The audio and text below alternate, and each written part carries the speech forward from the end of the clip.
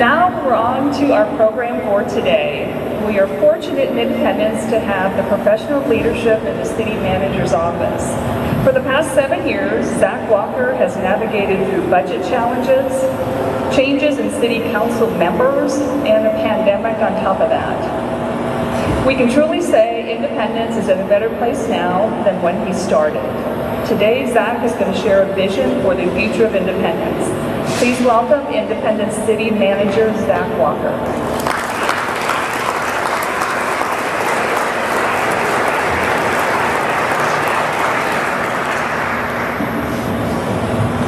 Thank you, Yvonne. I appreciate that very much. Well, good afternoon, everybody.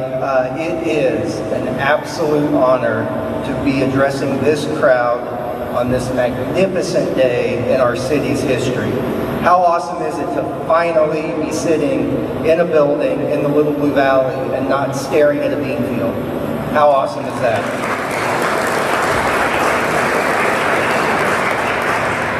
This is a day that is sure to make headlines. And speaking of headlines, in the 1990s, there was a television series called Early Edition. That show chronicled the life of a man named Gary Hobson, who would mysteriously receive the Chicago Sun-Times newspaper a day in advance, effectively giving him knowledge of the future. Armed with this information, he then tried to alter events described in tomorrow's Sun-Times, thus changing the story text and headlines in the newspaper to reflect the outcome of his actions.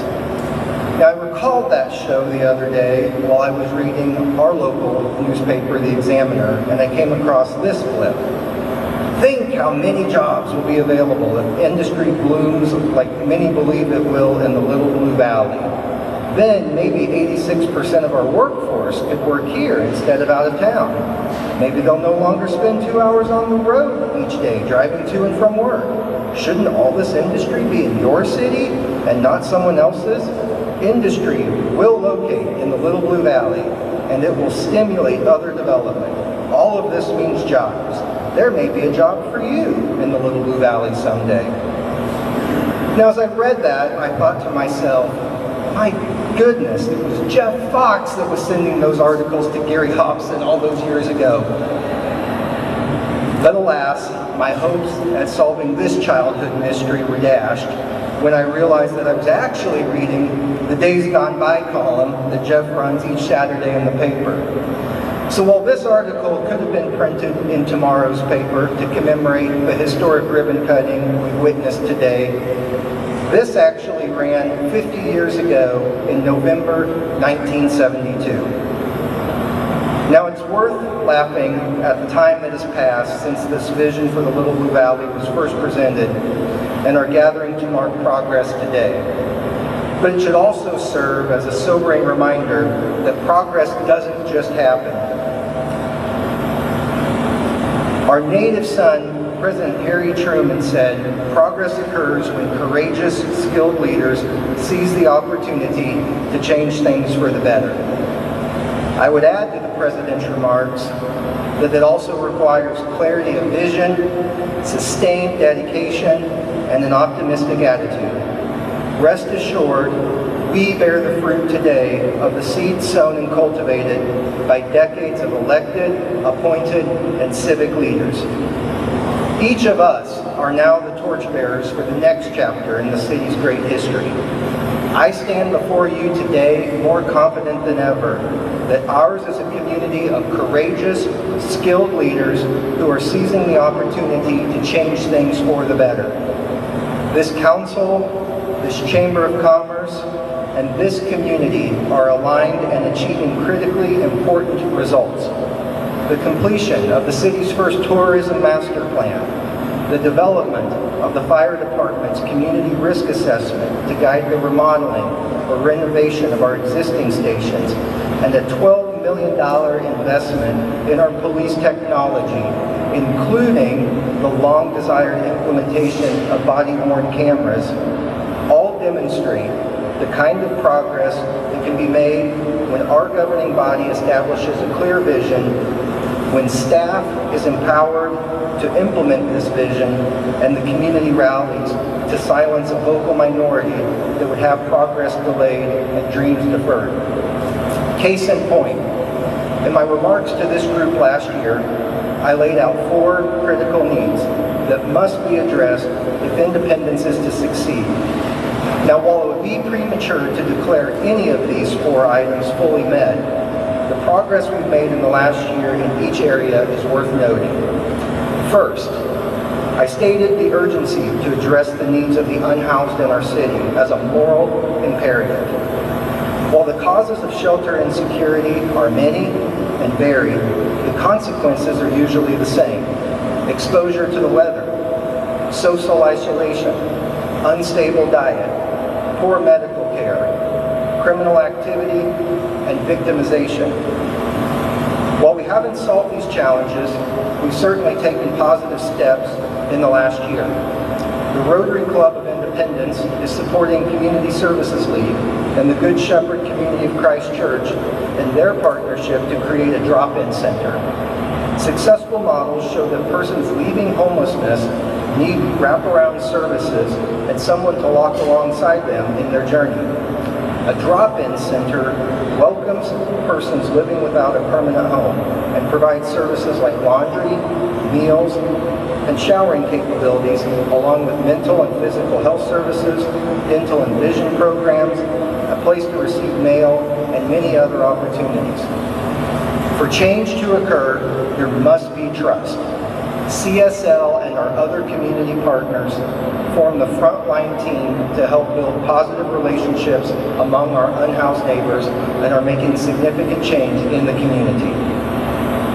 The city has also expanded its resources to help address the mental health needs of our community, which can be a contributing factor to housing instability. In 2020, Blue Springs, Independence, and Lee Summit partnered with area behavioral health centers, comprehensive mental health services, and Rediscover. The partnership embeds mental health clinicians, known as co-responders, within the 3 police departments to respond with law enforcement on calls for service. The Mid-America Regional Council administers federal grants to sustain this program, and that was recently expanded to also include Grandview and Raytown. In the most recent quarter, 127 people were assessed on scene by a co-responder. A third of those encounters were resolved on scene, and all assessments resulted in referrals for behavioral health care. Only 6% of police encounters supported by a co-responder resulted in arrest. Our team also responded on 97 follow-up visits with the Community Behavior Health Liaison, ensuring ongoing health care is provided. Additionally, the city's Alternative Response for Community Health Program, or ARCH, continues to make a positive impact. ARCH staff represent a multi-department team that work daily alongside first responders to provide focused and immediate resources for those dealing with challenges such as houselessness, chronic medical and substance abuse issues, and other quality of life concerns. On average, ARCH is responding to or involved with a community member at least once every 90 minutes while on duty. This program provides a more efficient and human-centered response to addressing mental health emergencies than a traditional law enforcement response would afford. And finally, in 2023, we launched Independence Together, a partnership between the city, CSL, and other strategic partners such as MoDOT, the Noland Road CID, the Event Center CID, and other community partners. Since March, nearly $350,000 has been contributed to this program. In turn, it focuses on 2 priorities: assisting residents who are experiencing unstable housing and community beautification. Now, you've probably heard about the crews who've removed hundreds of thousands of pounds of trash from the roadways in our city. But today, I want to highlight the life-changing impact that this program is having on our residents. Let me introduce you to someone we'll call Jay. Jay was staying in an encampment in town. spending hours every day traveling to and from Nolan Road on the bus to be part of Independence Together. Jay worked diligently every day she showed up, and she showed up every day. Once she met with her case managers, CSL started looking for places that would be a good fit for her. Within 2 weeks, and with a few strings pulled, CSL was able to get Jay moved into her own apartment right before the holidays, and just in time as her tent had been set on fire over the weekend. Jay wasn't even sure the last time she'd had a stable place of her own, and she's constantly grateful for CSL's help to get her there. Working with her case manager, Jay is tackling other obstacles in her life. I've been thinking about Jay a lot during this cold snap and wondering what her fate would have been in that tent without this program. Fortunately, I don't have to wonder, thanks to the life-changing programs being funded by our mayor and city council and implemented by incredible community partners like the Community Services League.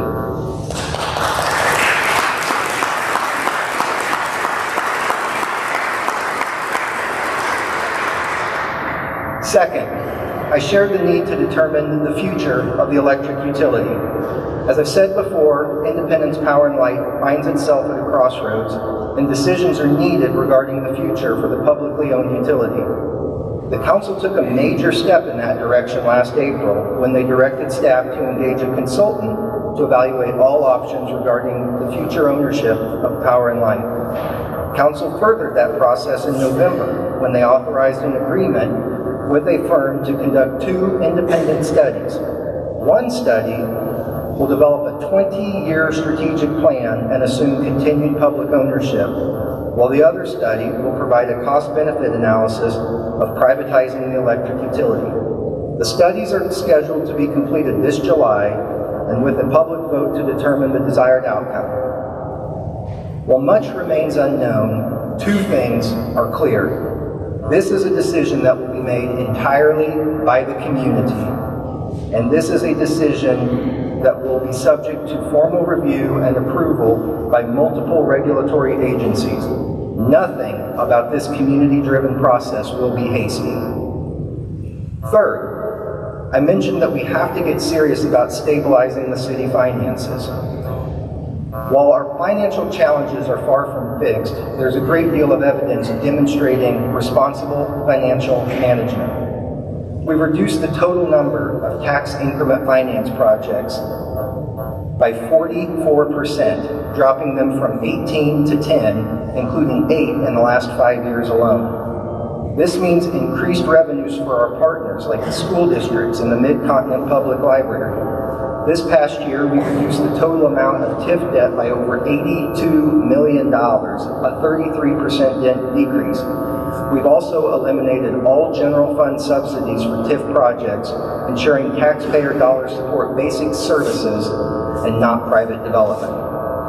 We've cut debt service as a percentage of our spending by over 50%. And perhaps most impressive is the growth in our general fund reserves, which is our organizational safety net and influences the city's credit rating. 10 years ago, the city had $3.7 million in general fund reserves, a balance of just 5%. This year, we're on track to finish with $13.3 million, a balance of 17%. Externally, we are growing our revenues through meaningful economic development. Despite economic volatility, applications for new business licenses and business license renewals increased in 2023. In fact, in the face of significant inflation, I'm also pleased to report that the city realized a 66% increase in permits for new single-family home construction in 2023. 2 additional multifamily housing projects gained City Council approval last year. There are now 1,243 Class A market-rate apartments either newly finished or set for construction in Independence. That growth isn't just limited to market-rate housing, though. In June 2022, the city implemented a temporary building permit fee waiver program with the goal of encouraging single-family residential construction and the substantial rehab of single-family homes. Additionally, the city invested $30 million in partnership with other partners in the Hawthorne Place apartments and $4.4 million for improvements to the Cimarron apartments. Both apartment complexes offer housing to residents at an affordable rate, demonstrating that all housing and income levels are welcome in Independence. Commercial development had its own heyday in 2023. DPAC and the Cargo Largo family opened its 500,000 square foot facility and now employs 500 people in Independence. This is a $65 million capital investment in our city. We demolished the old Kmart building and we're working toward redevelopment of that property. The Hub Shopping Center, located at 23rd Street and Hub Drive near 291, was approved for a $36 million redevelopment project aimed at modernizing the grocery-anchored shopping center.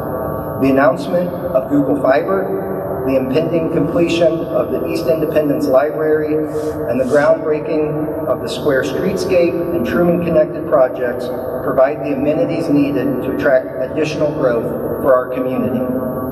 All of this progress is having significant impact on our city's finances, which in turn allows us to invest in the basic services you depend on.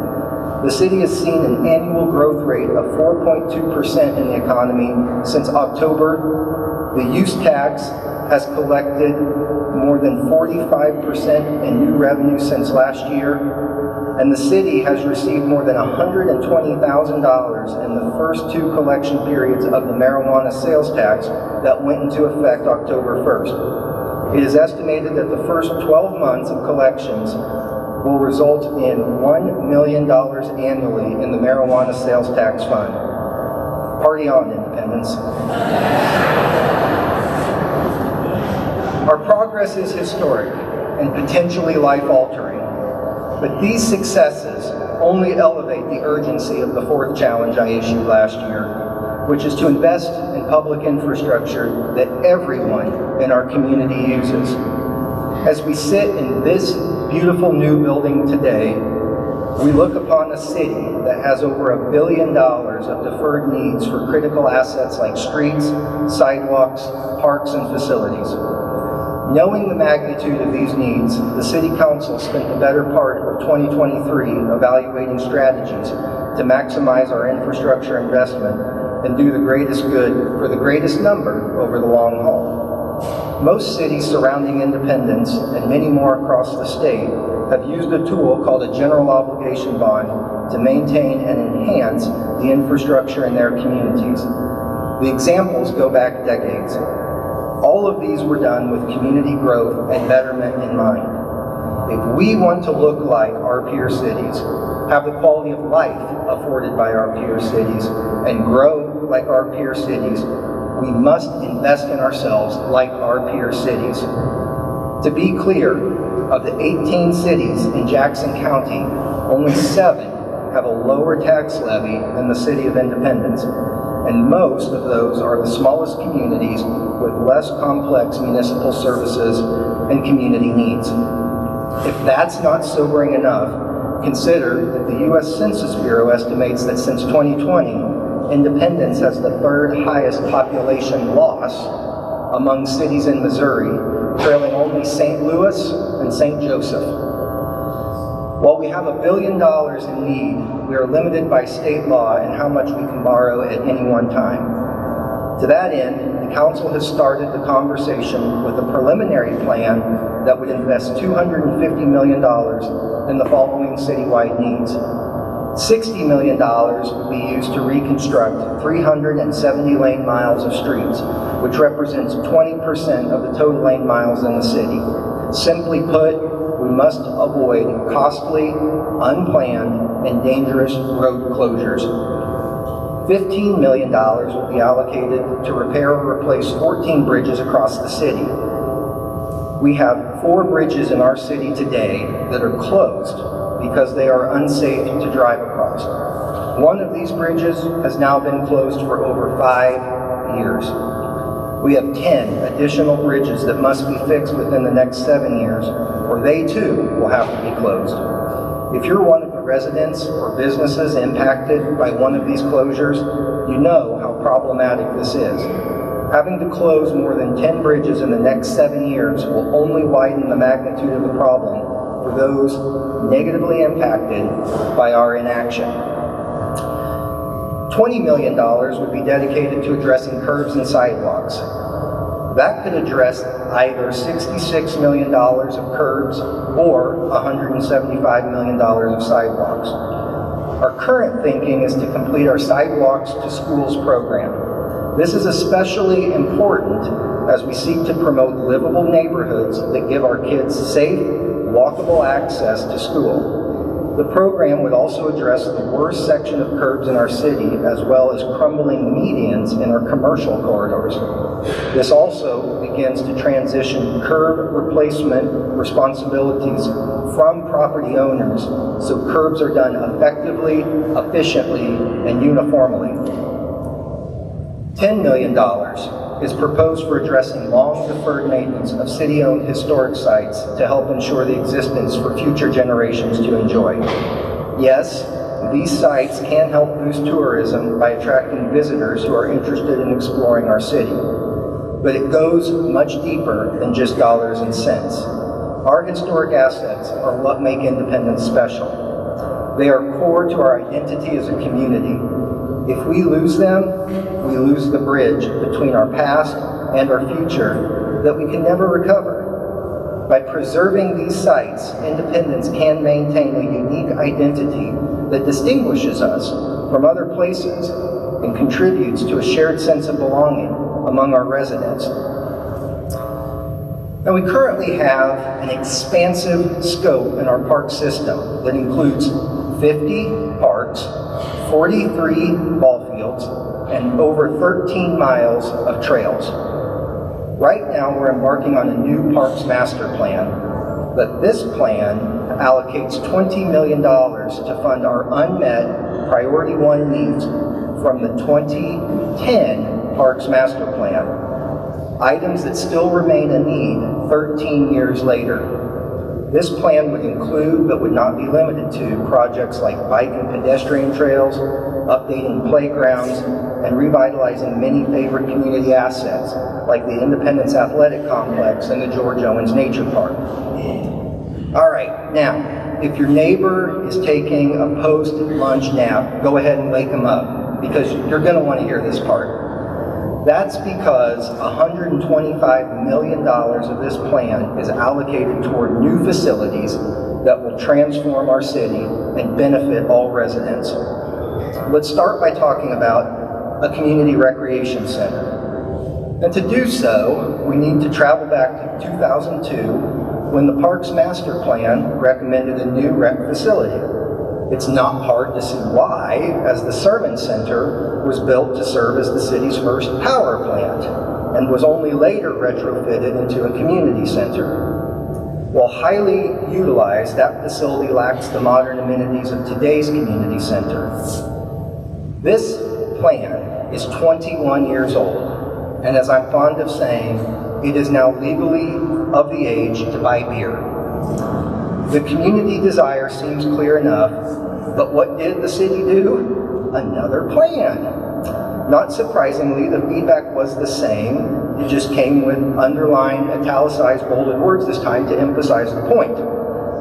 But as we gather here today, this facility that our community members have demanded does not exist. I believe it is long past time to deliver, and that is why we recommend $75 million for a new recreation complex. But let's be clear, this is about more than just a place to go work out. This facility should and will serve as a catalyst for redevelopment, and in Western Independence specifically. We say we're for the redevelopment of Western Independence. Here is the chance to prove it. All across the Kansas City Metro and the Midwest region, communities are building facilities to capitalize on the lucrative sports market. I know because I live this hell every weekend.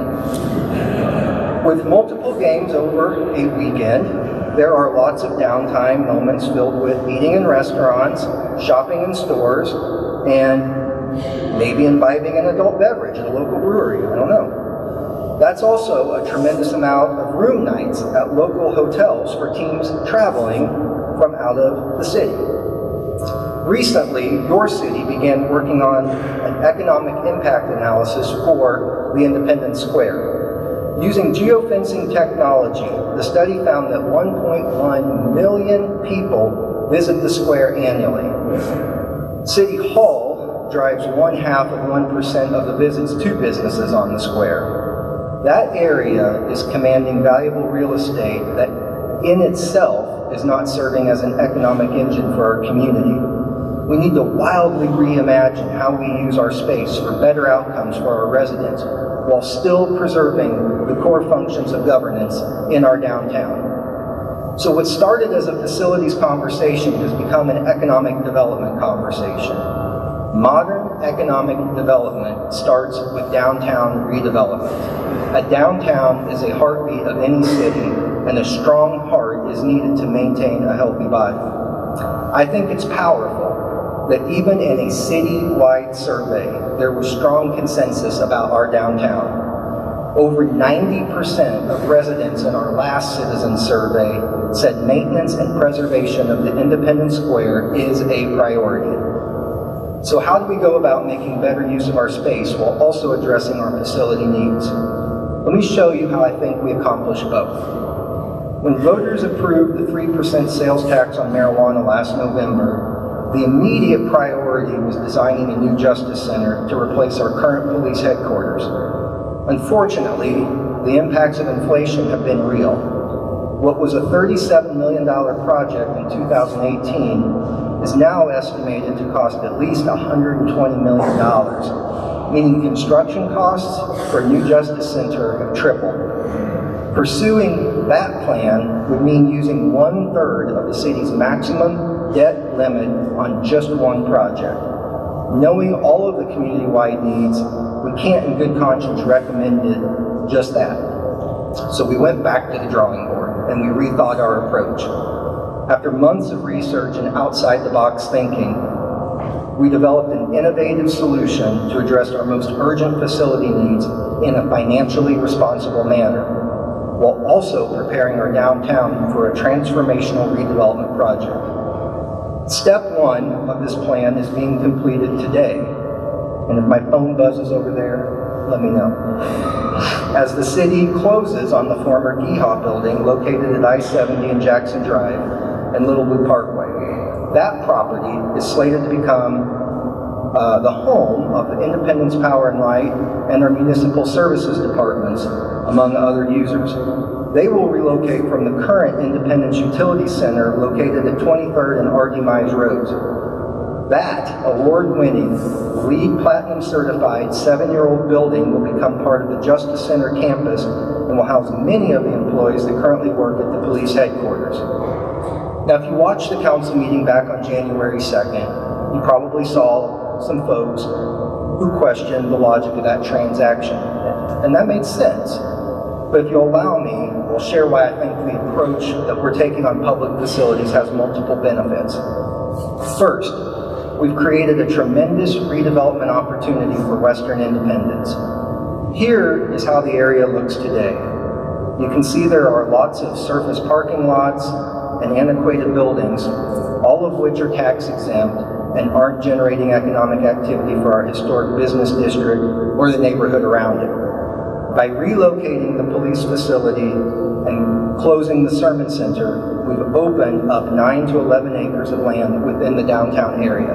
Absolutely unheard of. Moreover, this approach consolidates public safety onto one campus, with police, dispatch, and courts located in the geographic center of town, while also providing for their future growth needs. It also helps address police recruitment and retention through better working conditions for our men and women of the police department. It begins to consolidate the city's 72 facilities to improve customer service and reduce operating expenses. Financially, this approach frees up $78 million in police facility construction costs, which allows us to build the long-awaited community center. It also saves Power and Light ratepayers $6 million in debt service obligations over the cost of the current building they're in. Now, at this point, you may be thinking $250 million sounds like a lot of money. Even though I was required to take college algebra with the Mizzou football team, and not because of my athletic prowess, I would agree $250 million is a lot of money. But let's break that number down further. This plan would require the median Independence homeowner to pay an extra 73 cents per day. Let's put that into further context. I love Quick Trip, and judging by the parking lots, so do you. If I decide to make just one stop at Quick Trip for snacks and get the family 5 classic pretzels and 5 Big Q fountain drinks, and yes, we're a family of 4, so 2 of those are for me, I'll pay $22.47. If the voters of Independence opt for a $250 million bond, they'll make a monthly payment of $22.26 for virtually the same price as that one Quick Trip stop. Our community can have sidewalks for our kids to walk safely to school. We can have a rec center that brings people from all over the Midwest to Independence. We can preserve our historic sites for the next generation to enjoy. We can have a police headquarters that's safe and sanitary for our public safety heroes to work in. We can have good parks for our families to play in. We can have streets and bridges that are safe for our citizens and support business through the efficient distribution of goods and services. It is a sacrifice, to be sure, but I think it's worth it. And I think the benefits will last far longer than what a pretzel and Diet Coke can give us. Ladies and gentlemen, look around. You are sitting in the newest and nicest industrial facility in the bi-state region. Over the next decade, this 298,000 square foot facility will be part of a $10 million square foot campus supporting manufacturing, distribution, and e-commerce activity. Over $1 billion in capital investment is slated for this project, and an entire community will be transformed by what North Point is building and what the workforce that CSL and Fort Osage are preparing. This project today is but a step forward toward what we are to become. Significant change is underway in our community because of the collaborative, positive, and futuristic leadership between City Hall and the business and civic community. While there surely won't always be universal agreement about how we achieve our goals, I'm confident that we possess a shared vision as to what those goals are. The power and magnitude of that consensus cannot be overstated.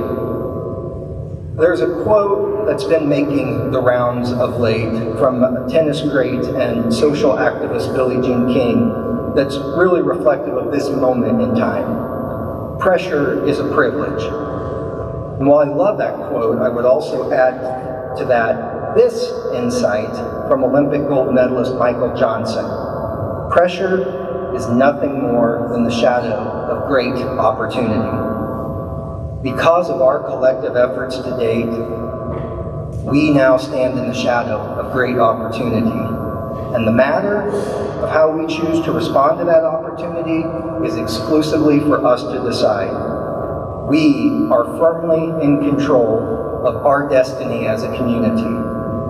Like the fictional Gary Hobson, we've all been given notice of the opportunity. How will we affect the outcome? Thank you.